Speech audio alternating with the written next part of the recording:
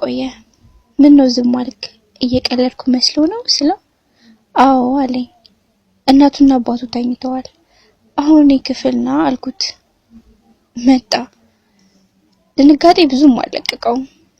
አቅፌ እየሳምኩ ቁላውን ስነካካው ቁላው ቀጥ ብሎ ቆመ።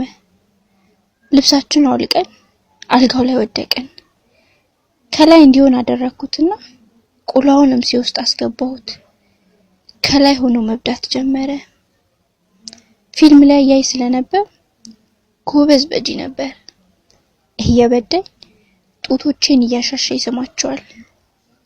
ወገቡን አቅፌ ጠንካራ ቁላውን እያጣጣምኩ ነው። ገባ ወጣ እያደረገ በዳኝ።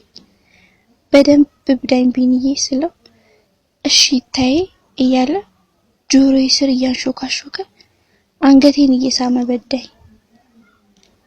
አበዳዱን ሲያፈጥነው ሊረጭ እንደሆነ ገባኝ።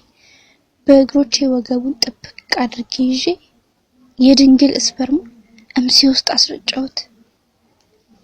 ትንሽ ትንፋሻችን እንደሰበሰብን እምሴን እንዲጠባልኝ ነገርኩት። ጠብቻ አላቅም አለኝ። ወደኔ ሳብ አደረኩና ከንፈሩን ምጥጥ አድርጌ ሳምኩት። እሱም በደንብ ሳመኝ። ምላሴን አፍ ውስጥ ሳስገባው እሱም በደንብ አጫወተኝ። ልክ እንደዚህ አድረ እምሴን ጥባት አልኩት። ትዕዛዜን ተቀብሎ ጭኖቼ ውስጥ ገባ። ከጠበቅኩት በላይ ጎበዝ ነበር። ቂንጥሬን እየመጠጠ ሲሰማት ነፍሴ ልትወጣ ደረሰች። እምሴን በደንብ ጠባልኝ።